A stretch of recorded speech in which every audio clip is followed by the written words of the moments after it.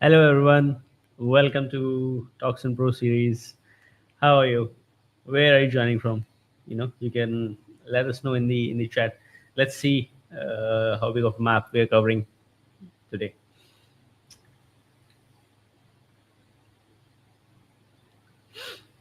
And yeah, let's get comfortable. We'll be starting in a few minutes. Today we have someone really experienced, really special joining us today on the Talks and Pro series, and we'll be diving in today's session in just a few minutes. And in the meantime, you can share a little about you, who you are, where you're joining from in the chat.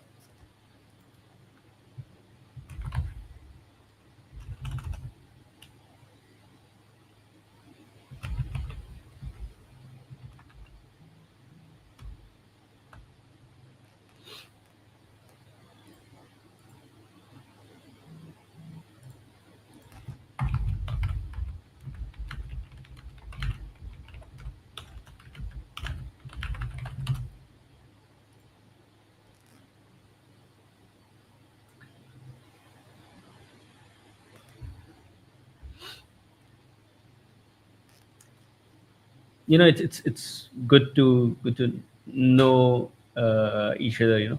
It helps with the connections are always helpful. You can drop your LinkedIn in the comments, what community you're building, and let's get connecting. you know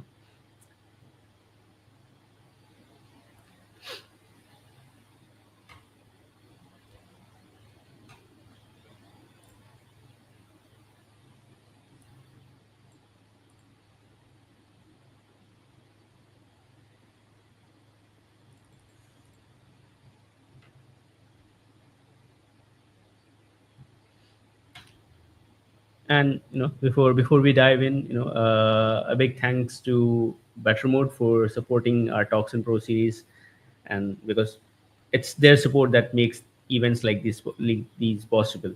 If you'd like to learn more, you can check out the boxes below the streaming. Feel free to explore while you're enjoying the session.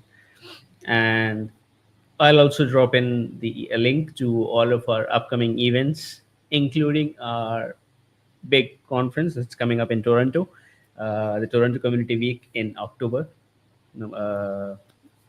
But yeah, going by chronology, uh, following up following up today's Talks and Pro series. Tomorrow we have the Global Stand Up, which is our monthly ritual for community builders. And following up on that, we have on August 14th, Better Mood Mastermind, a private session for builders to share challenges, get feedback, and exchange ideas. And on August 20, we have Community Builders Night at Fabric NYC with led by Community and Tight Knit, which is a New York chapter event. And yeah, in the last, I want to remind you once again that we have Toronto Community Week coming up. You can get your passes on the link that was just flashing on your screen. Yes, that link. You can use that link. Go, grab your passes. Go. And just a few housekeeping things as we go through the session. You can feel free to drop your questions for Marjorie and in the chat at any time. We'll pick them up as we go, and we'll take them up at the end. And also, if you have to drop out for some reason or you have to rush to something, the recording will be available in the video library for you to revisit at any time. So yeah, we'll be starting in a minute. Yeah. So grab your water, grab your coffee, and yeah, let's do this.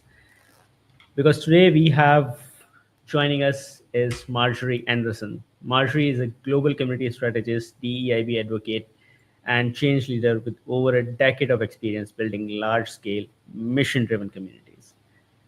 As the founder of Community by Association and the leader of community efforts at Axos Google, she brings deep expertise in aligning community strategies with business goal and creating meaningful expertise across digital ecosystems. community strategies with business goals. That's my favorite thing.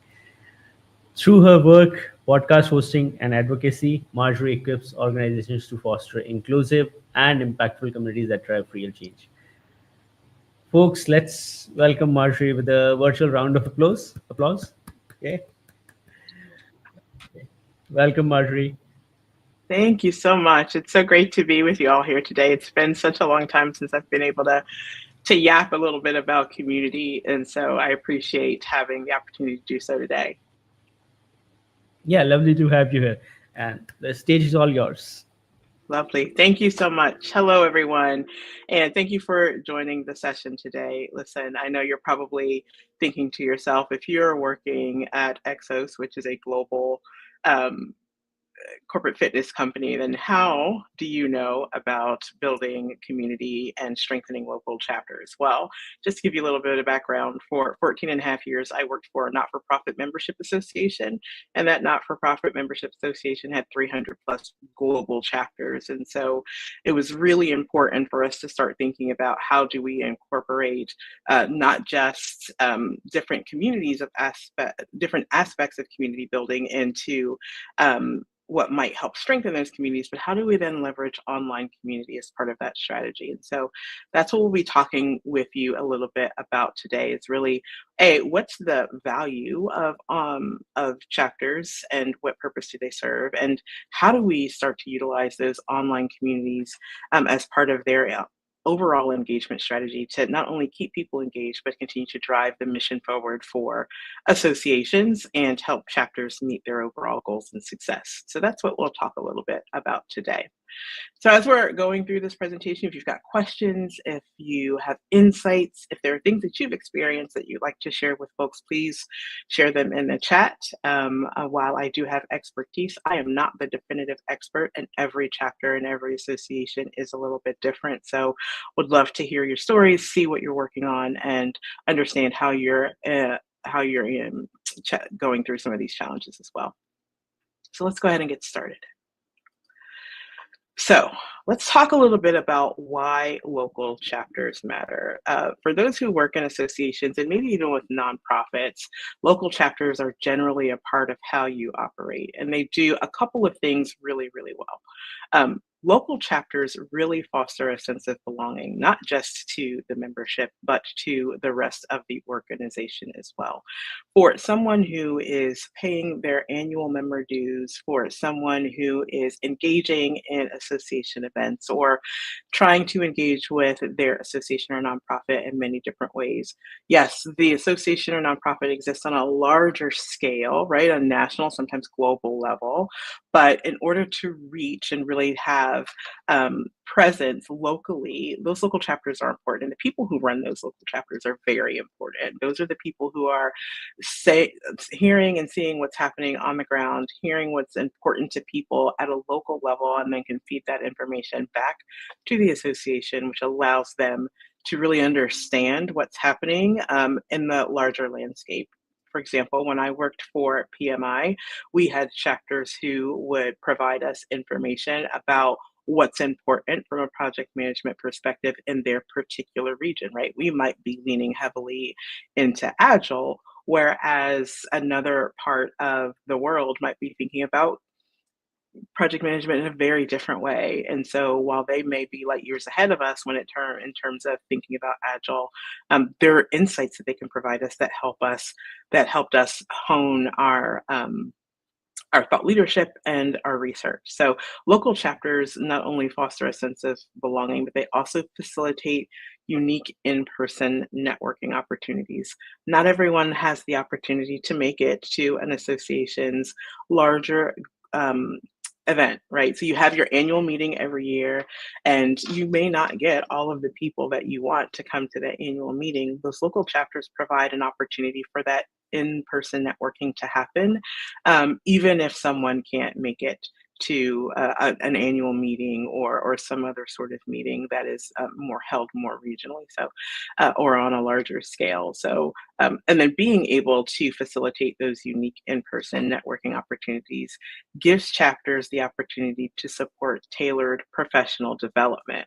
Again, so as I spoke to earlier, What you might find in a chapter environment is that the things that are important to people at a local level may be slightly different than what the organization might be moving forward, or it might be slightly different than the resources that are being provided. Or if they're not, what the local chapter can do is bring that information to the local level and help tailor that information and that education to those in that particular locale. So they provide a very unique perspective and a very unique way of being able to move the organization's mission forward and extend the impact of the association at that local level.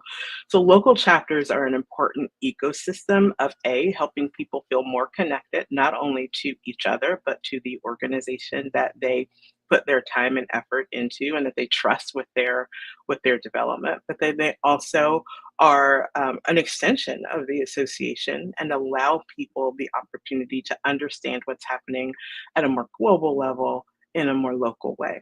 So, local chapters are incredibly helpful, incredibly important to the association ecosystem and landscape. But I think one of the things that's really, really important to remember is that people are not just attending local chapter meetings, they're also meeting online.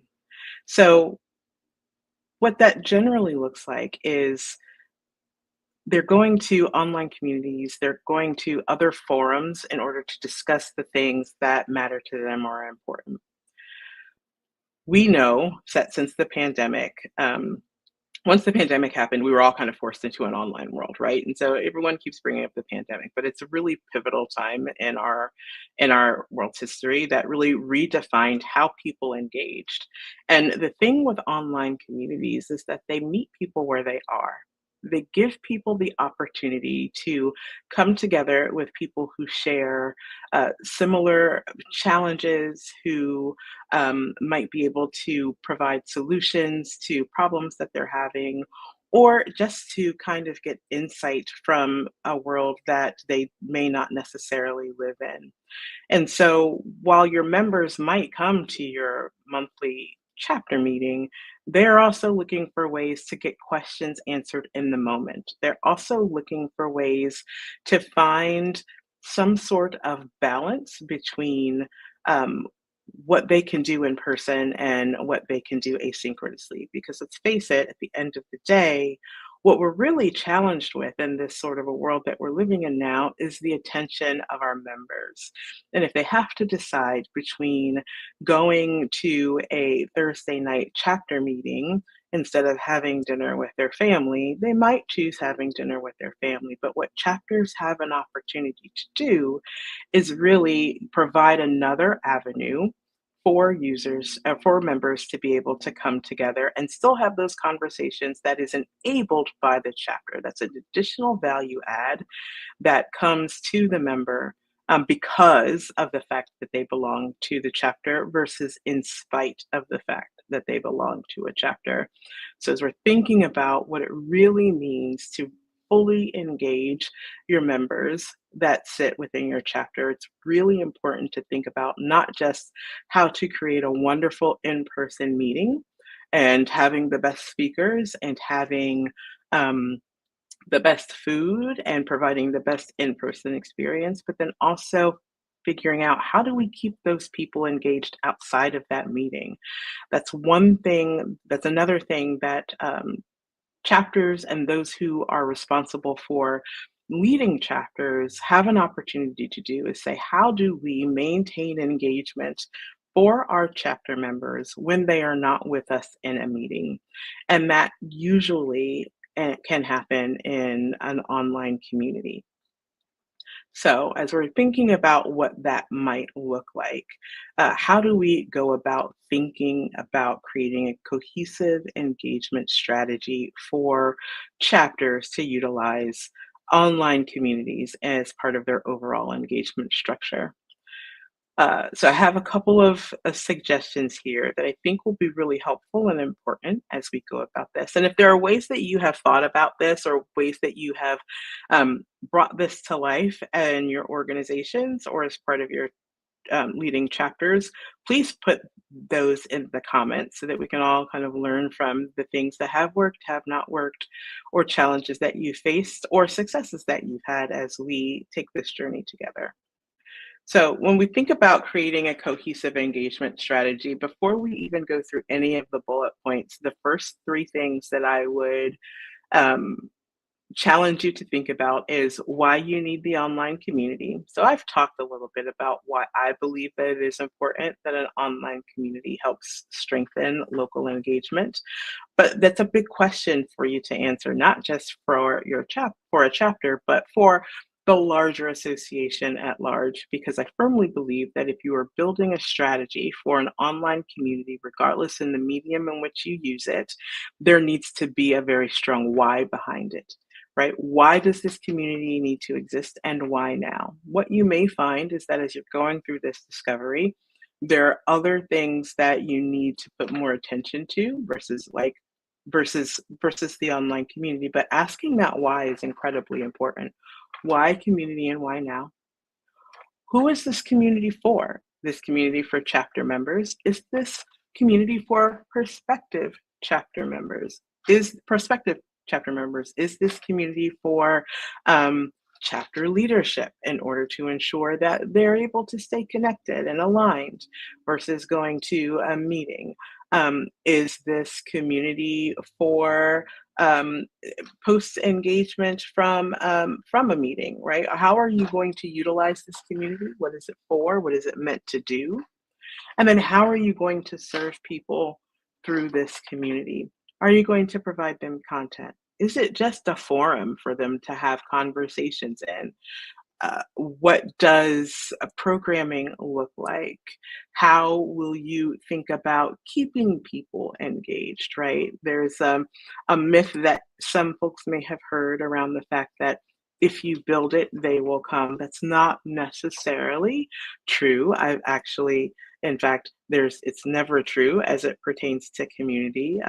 One of the things that we have to remember, as I previously mentioned, is that we are dealing with people who have very complex um, emotions and they prioritize their lives in different ways. And so if you build it, they will come mentality has never worked in a community setting that I've ever been in. Have people gotten lucky with it? Yes. Is it something that I say you should subscribe to and just move forward with? Probably not. But answering those three questions and being really thoughtful and intentional about how you move forward with a cohesive engagement strategy as it pertains to online community is incredibly important.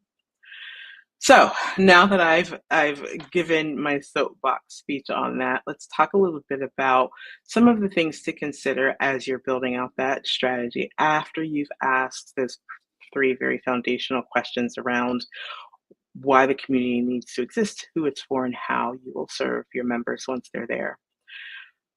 Foster local connections online first. And so, what do I mean by that? That doesn't mean to just scrap your in person meetings altogether. What that means is really thinking about what happens when you onboard a new chapter member to the chapter. How do you think about giving them a soft introduction to the culture of your chapter, to the content and the experience that they can have, without requiring that they attend a meeting first? That may not be feasible for everyone. But if you create an online community, what you can do is help chapter members find each other in the online community first. Help them start to facilitate those connections, see who's there, who's who in the zoo, so to speak, understand the types of conversations that are happening within that space, be they in person or online virtually. Help them really understand ways in which they might be able to contribute, ways in which they might be able to get questions answered, understand who the chapter leadership is and what they stand for, get a little bit more of a feel of what the local connection to the association and the organization looks like through that chapter.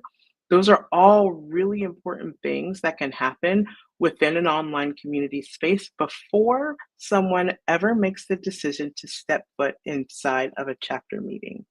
This is also a great place to help people make the decision and make that step to the in person meetings. This is an opportunity for them to come in, get acclimated, no pressure, in a way that works for them while still introducing them to all of the value that the local chapter has to offer. They can see all of the events that you are holding. They can see all of the professional development days that are being held as part of that. They can see how people are interacting with one another. They can see if there's something happening outside of a local chapter meeting or event where they can quickly start to integrate with other chapter members and learn from one another, maybe even make some very meaningful connections in that space that then helps them to grow and get, again, acclimated to the chapter and get integrated to what's happening at the chapter level. It also helps them discover volunteer opportunities, again, helping them understand how they can get involved in ways that work for them before they even set foot inside of a chapter meeting. Another thing to consider as part of that online engagement strategy is inviting chapter leaders to create practical content, not promotional content. So, part of chapter governance, and we often see that there are committees that are dedicated to things like communication, marketing, events, those sorts of things. And so these committees and those who lead those committees are really focused on that particular area. But what if these chapter leaders and these committee members are creating practical content that help people find solutions to problems or questions that they have? What could that look like? That could look like a template that, in the case of project management, says, "Are you having trouble getting your project charter started? We've got a template for that." That could look like a strategy starter. That could look like just an article that walks through the basics of something for whatever your chapter is connected to or involved in. That could look like figuring out how to create some sort of philanthropic um, initiative associated with an organization or a chapter. That could look like um, dog pictures, right? At the end of the day, you have to kind of find a balance as to what would help people feel like they have found something that adds value, more value to their life without extracting much more from them. I think what is really important here is you thinking about creating that cohesive engagement strategy is that it is meant to add to people versus take away from. And so, if the only thing people are finding when they come into your online community space is an ask, something that extracts from someone every time they come in, more than likely they will not engage very highly. Because at the end of the day, they're coming into a space where they're hoping to find connection, whether that connection be around the work that they do, the challenges that they're facing in that work, just people who understand them on some level. And so they're coming into this space, and then if the first thing that they have is an ask, for them to do something outside of building out their profile so that the right people can find them or they can find the right people. That creates a barrier to entry right up front that feels too much to kind of overcome. Right? I think you've seen those sorts of communities where sometimes you go into them and the first thing that they ask is for you to fill out a lengthy survey or something to that nature. And oftentimes, at least for me, I kind of bounce right out of those communities because you're not giving me an opportunity to come in and see what's what before I figure out if that's how I want to engage. So offer practical content, offer something that's going to be useful, something that's going to allow people to consume and engage around. Make sure that if you've got discussion threads that are within the community, that they are able to see recent comments or recent content, that they're able to easily ask those questions, that they are able to answer those questions in an easy way, but make it easy for them to navigate and make sure that the content is practical versus promotional. And that's not saying you can't have your promotional content within your community. You 100% can. Let that not be the lion's share of the communication that people get once they join their community, especially during their onboarding process. Make sure that you're providing them something of value right out of the gate, makes it easier for them to engage, creates some curiosity, and before you know it, they'll be walking into the chapter meeting in person. Again, highlight major chapter events. So if you've got an annual conference, a really great professional development day coming up, make sure that that information is highlighted. But what I would also do as part of making sure that that information is highlighted is ensuring that the what's in it for me is really apparent in the messaging. So what does that mean? It's very easy to say, we are going to have XYZ speaker come at our next chapter meeting. It's going to be great. They've sold thousands of copies of their latest book. They're the author of 6 different books on XYZ subject. And that fanfare is great. But at the end of the day, if I am choosing to come, again, if I'm making the choice to come in person and be a part of a conversation, help me understand what I can get out of that. Some might think that intrinsically people will be like, oh, that will be helpful for me because X, Y, and Z. Sometimes that's not always the case. Sometimes you have to give people enough information to be able to make a decision that's right for them and engage in ways that's right for them. So, again, highlight those major chapter events, talk about why it's important to them, why their presence matters within those spaces, and make sure that there's visibility there. The next bullet point I'm going to skip, but I am going to come back to it. We'll go to the last one. Engage chapter committee members in the community support model. Your chapter members and your committee members are generally those folks who have been a part of the chapter for quite some time. They understand the ins and outs. They understand what the governance looks like. They understand the association at a level that maybe new members may not. And so they have some insight that's really, really valuable. But those are also the same people who will likely be those who are welcoming new members into that online space before they even step foot into an in-person meeting. And so not only are those same people that can help welcome someone into the new space, but think about the cycle of engagement as people are engaging with a chapter.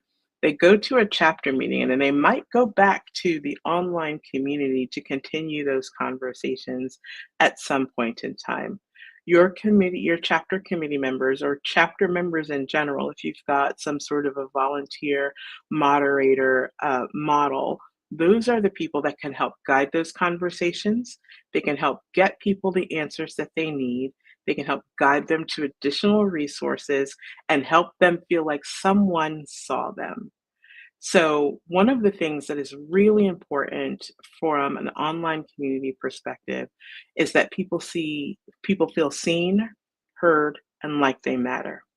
There is nothing worse than going to an event, a local event, a chapter event, what have you, and then feeling like you are forgotten about. And the only time you hear back from someone is to invite them to the next event or to ask them to pay for registration for the next thing, right?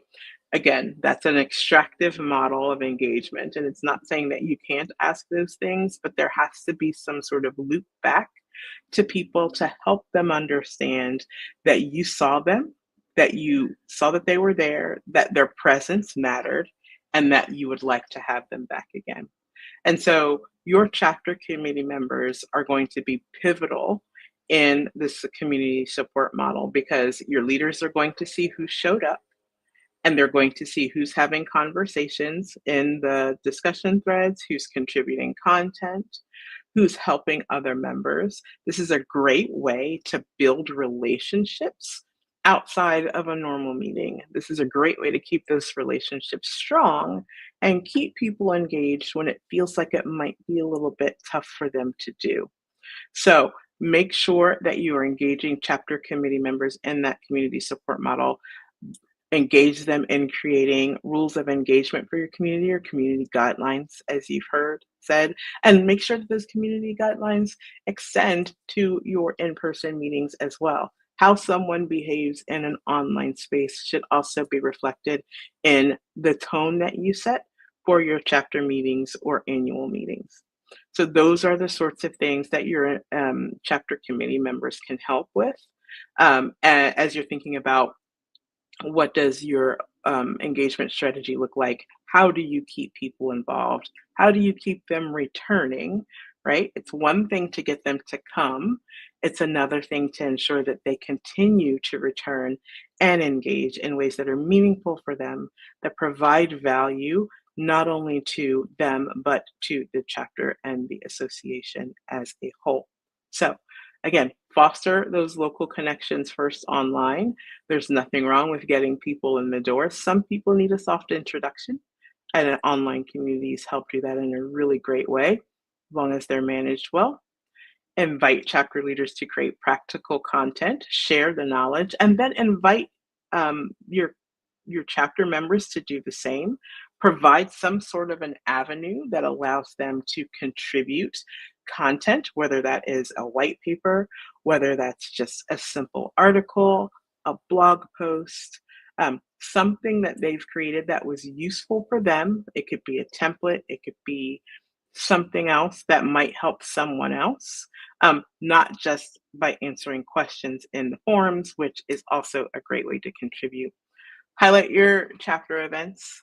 Make sure that there's visibility into those, and in your messaging, help people understand why it's important for them to attend, not from your eyes, but from theirs. So if you haven't done some user research to gather that intel, that is probably some time well spent to really understand what people are expecting in terms of experience there, both in the online and in the in-person space.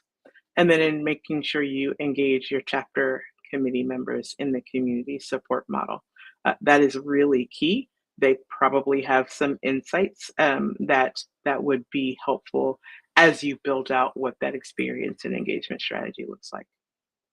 So I've talked about 4 of the 5 bullet points here and intentionally skipped over the 4th one because I think it's an important conversation to have.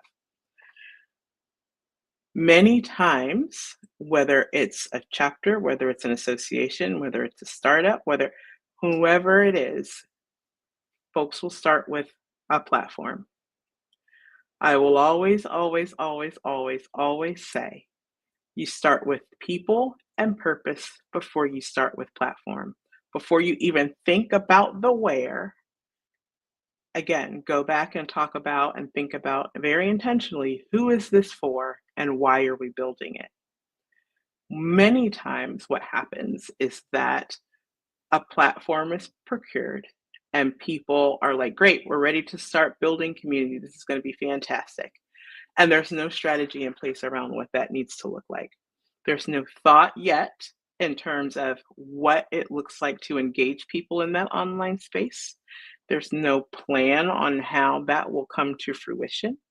And sometimes you get stuck with a platform that at the end of the day doesn't serve the purpose that you need it for, right? You may go out and spend lots of money on a platform for a multi-year contract just to sit down and think about your strategy and why you are building community and what it actually means and who it's for, to realize this is not the right platform. But now you're stuck with it. So now you kind of have to back into that.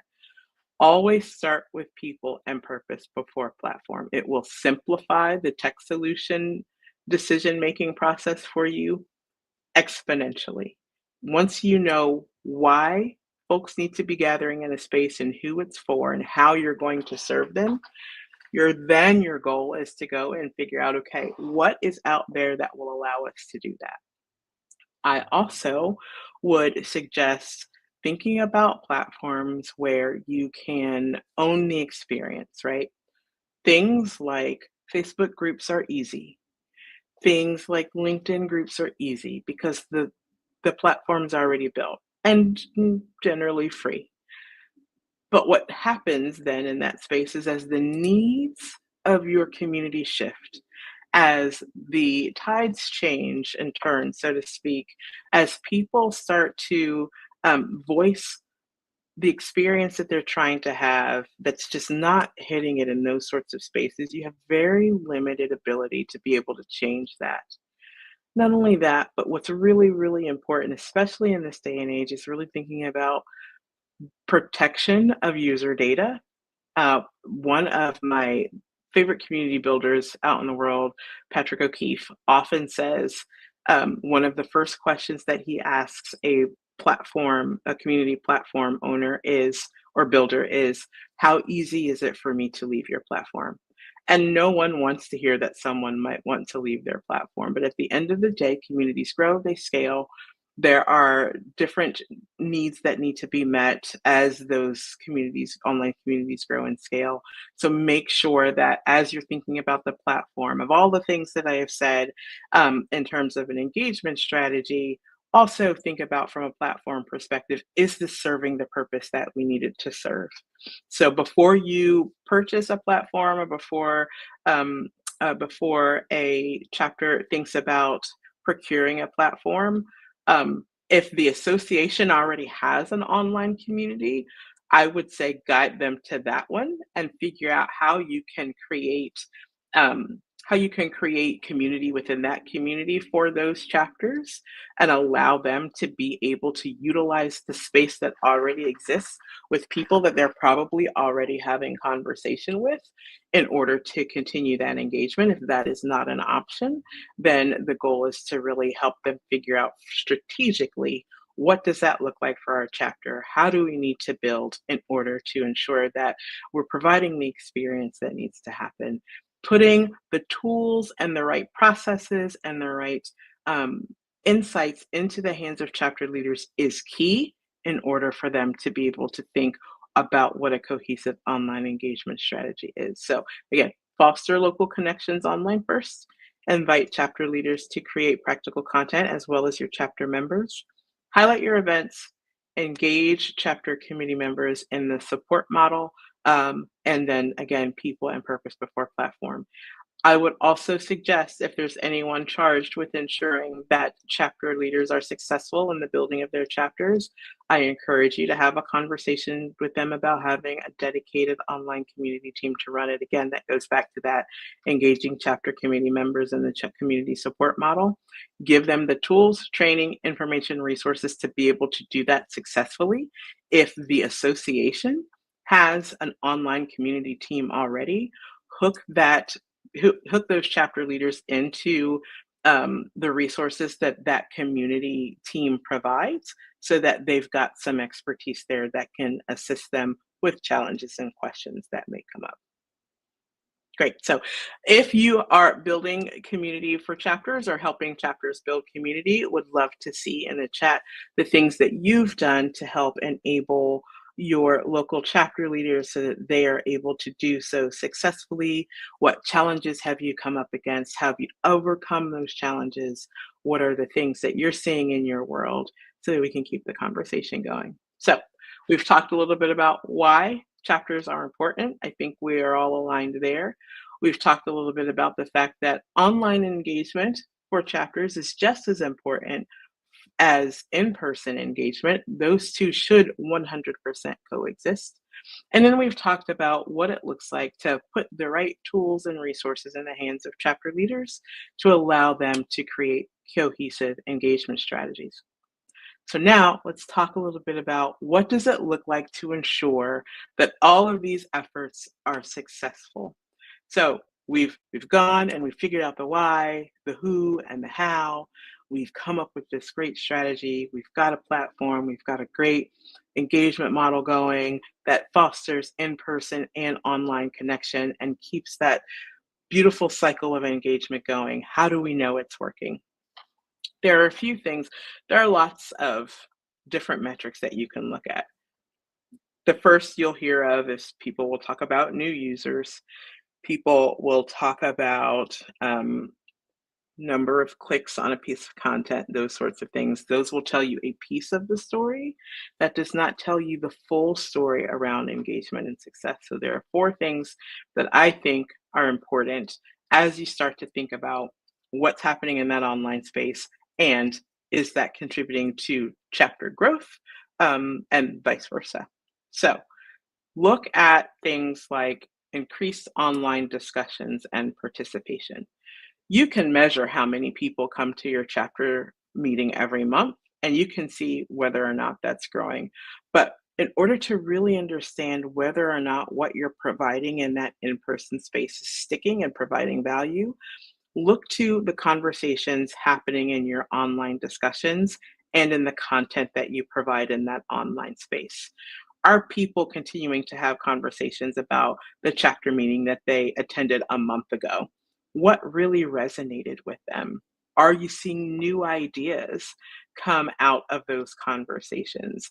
Are you seeing requests for more types of those conversations and meetings?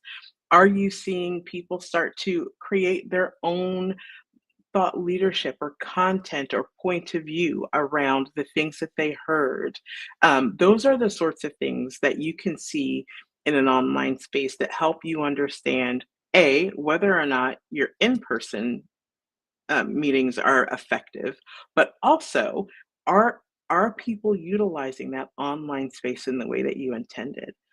Is that then creating new conversation in person that maybe would not have emerged had people not had the space and the time to digest what they heard and then come back and have those conversations in a different way?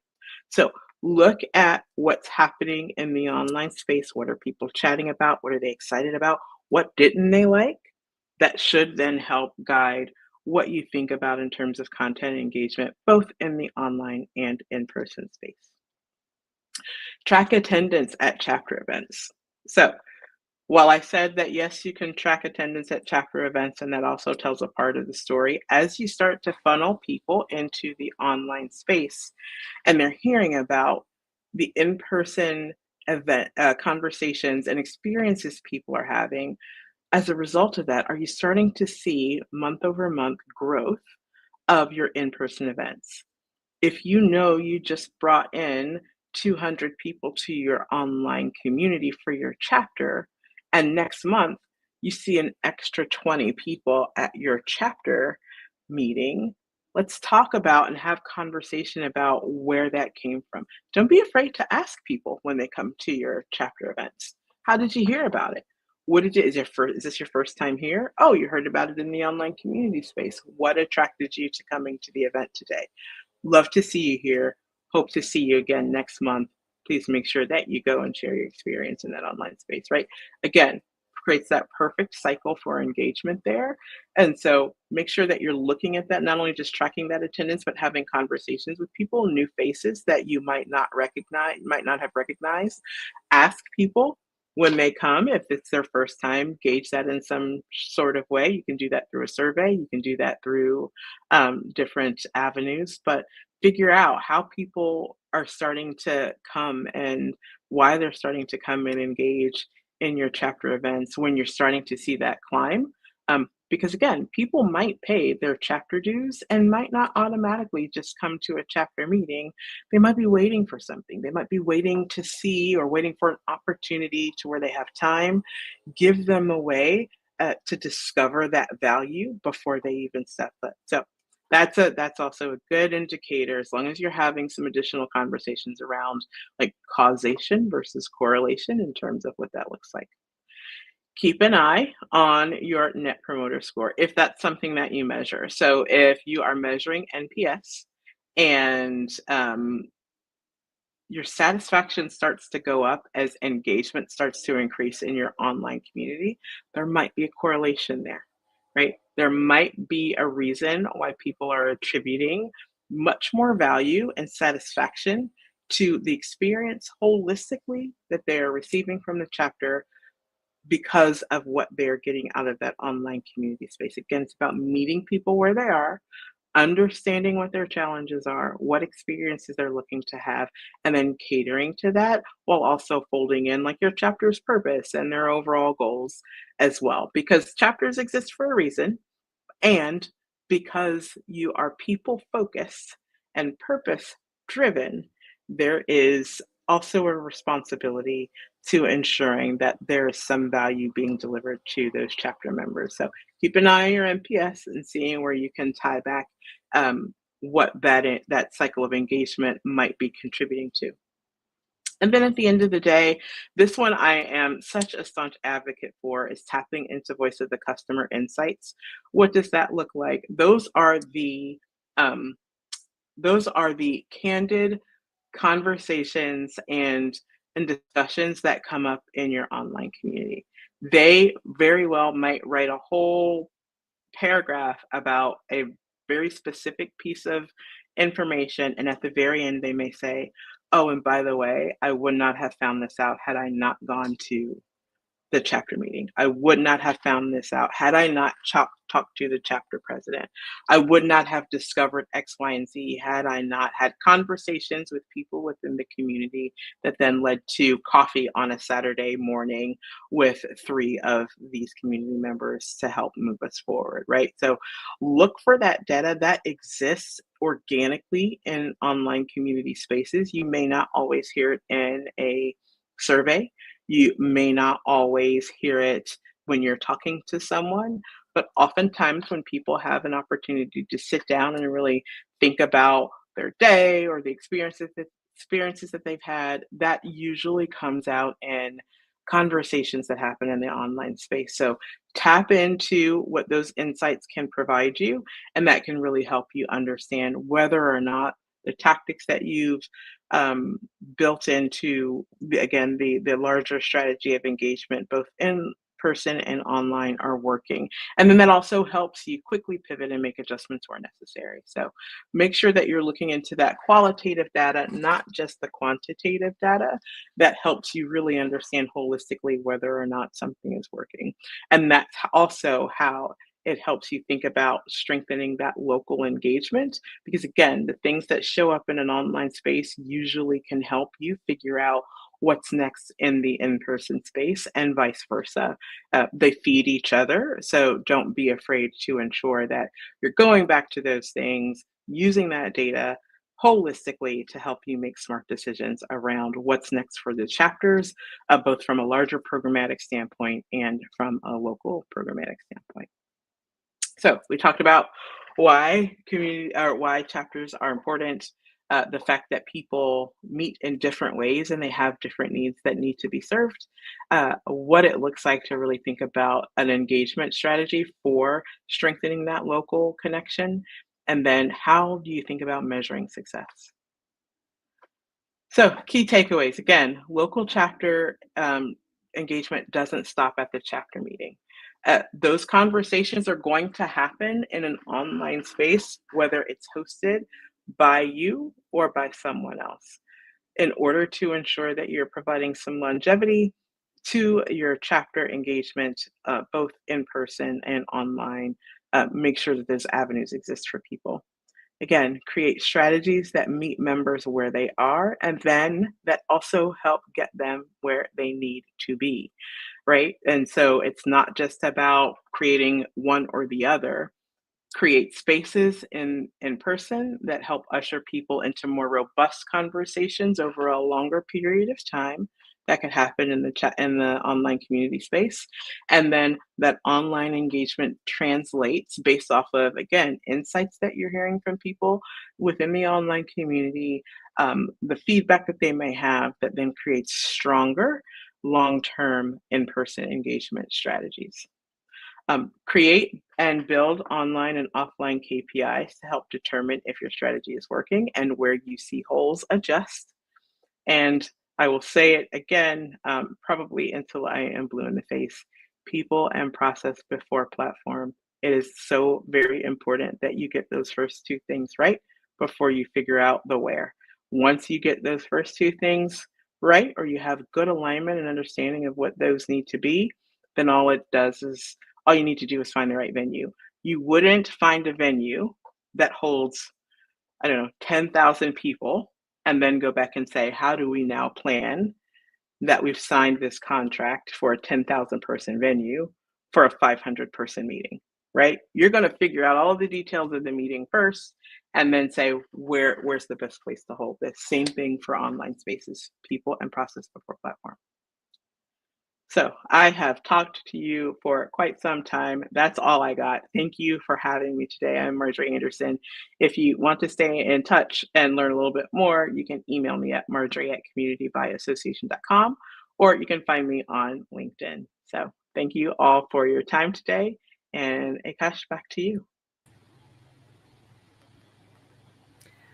Thank you, Marjorie. Thank you so much. I've always been a big advocate of local chapters, ambassador programs, but today has been an eye opener for me, and I am now more clear on the approach towards local chapters. Uh, yeah, that was wonderful. We don't have much time left, but yeah, we'll take some questions from people. Tali asked, how can online communities and chapter meetings be made more inclusive and accessible for members from diverse backgrounds or regions? Yeah, that is a great question. And for me, I think it always starts with user research. You first need to understand and know who your members are, what is important to them, what their challenges are, both from an accessibility standpoint and from a inclusivity standpoint. And then you build experiences around that, right? So often we find there might be a in-person venue that might have a wheelchair ramp, but it doesn't have um, hearing things that are for hearing accessibility. Or you might find that you go to a venue that has all of the bells and whistles from an accessibility standpoint, but it doesn't have a lactation room for mothers. You might find all kinds of things that are happening. So you really need to understand who your members are and know that the experience that you build is not based off of your personal experience, but the experiences that these folks need to have as they're engaging with you, whether that's in the online space or whether that is in person. Specifically from an online perspective, as you're thinking about doing things like webinars today, are captions enabled? Is there going to be a transcript available? Is it going to be transcribed in different languages? When you're thinking about in person, yes, from an accessibility standpoint, are those things available? When you're thinking about imaging, does it reflect who your members actually are? Or does it have like one Black person and one woman and yay accessibility, right? So, like, or yay inclusivity. So, those are all of the things that you need to be thinking about. And I know there's a lot of division around diversity, equity, and inclusion, but um, it's not just about representation. It's also about making sure that things are accessible to people. Are you pricing things in a way that allow people to be able to participate or attend, regardless of their socioeconomic background? Those are all things that you need to do some research and understand who your people are. You don't need to ask intrusive questions, but you need to understand what that landscape looks like and then build to that, right? Yes, we understand that chapters and associations have a revenue model that they have to uphold, but you can do that in a way that makes content experiences and just seeing someone in this space that represents who they are accessible to everyone. So that's my take on it. It begins with a little bit of user research and an eye towards, okay, what are the things that we are missing? Who is our demographic? Who are the people that we serve? And then how do we ensure that they are seen, that they are heard, and that they feel like they matter? And then incorporating those things within all of your strategic thinking in terms of how you think about experience, both again in person and online. I hope that helps. Well, yeah, that just reminded me of the one thing that you have been highlighting throughout: people and purpose before the platform. Yeah. Yes, for sure. So Because at we, the end of the day, the platform doesn't matter if you haven't thought about people and purpose. yeah, and it does, it all aligns with that. So we have one more questions, one more question before we close this session.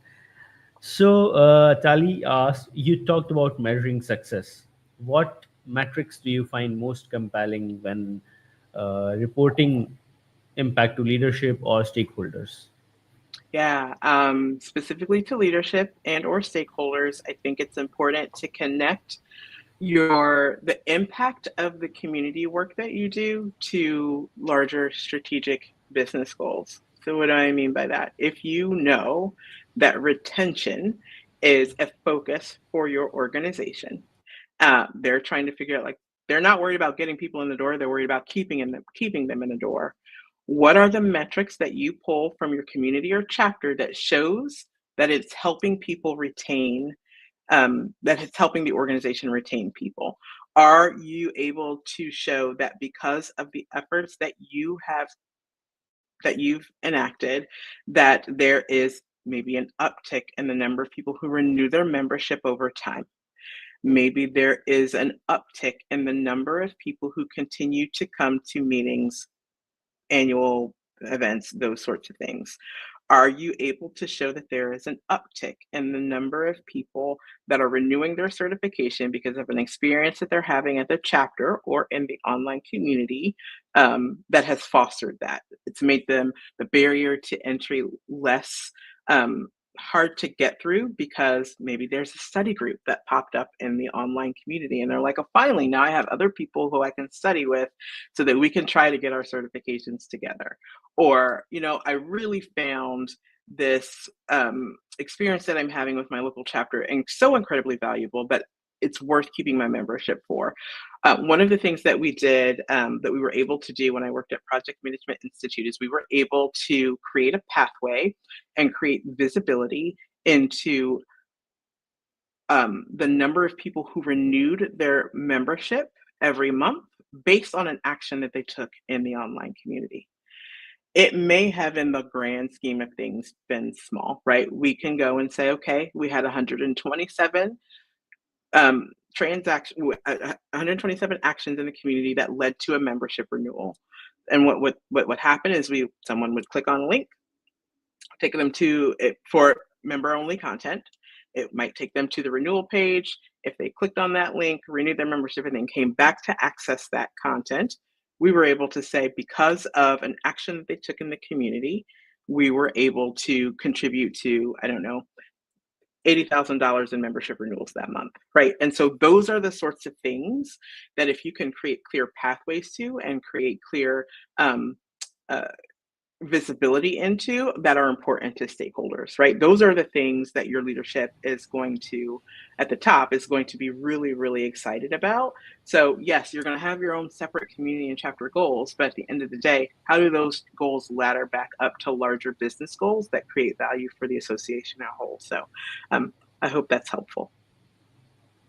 Thank you, Marjorie. And yeah, that was amazing. Thank you for your amazing insights today, and it was truly really inspiring. And we're grateful for your time, for your expertise.